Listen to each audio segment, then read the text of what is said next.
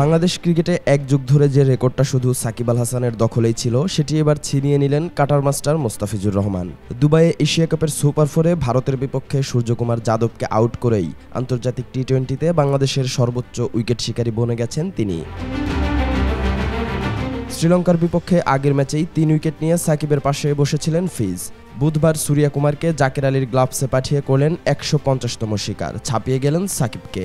১১৮ ম্যাচে ফিজের উইকেট এখন ১৫০। বিশ্ব ক্রিকেটে মাত্র ৪ বোলারই পৌঁছেছেন এই মাইল ফলকে। নিউজিল্যান্ডের টিম সাউদি, ইস্ট সৌদি, আফগানিস্তানের রশিদ খান এবং এবার মোস্তাফিজ। এর মধ্যে রশিদ খানের সংগ্রহ ১৭৩, সেটাই সর্বোচ্চ।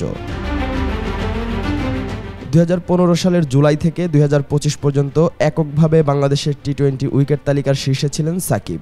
আব্দুর রাজ্জাককে ছাড়িয়ে গড়া সেই রেকর্ড টিকে ছিল ১ দশক। মাঝখানে কয়েকদিন রাজ্জাক সাকিব ভাগাভাগি করলেও এরপর পুরোটা সময় সাকিবই ছিলেন শীর্ষে। এবার সেই আসনটি দখল করলেন মোস্তাফিজ।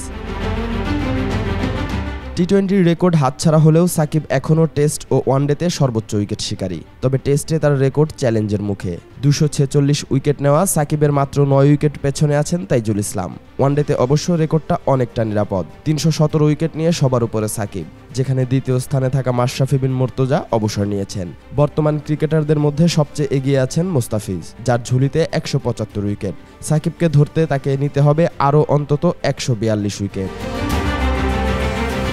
বাংলাদেশ ক্রিকেটের এই দুই তারকার মধ্যে প্রজন্মের ব্যবধান থাকলেও রেকর্ডের মঞ্চে এখন তারা যেন হস্তান্তর করে দিচ্ছেন দায়িত্ব। সাকিবের দীর্ঘদিনের রেকর্ড ভাঙা মোস্তাফিজের এই অর্জন নিঃসন্দেহে বাংলাদেশের ক্রিকেট ইতিহাসে একটি বড় অধ্যায় হয়ে থাকবে।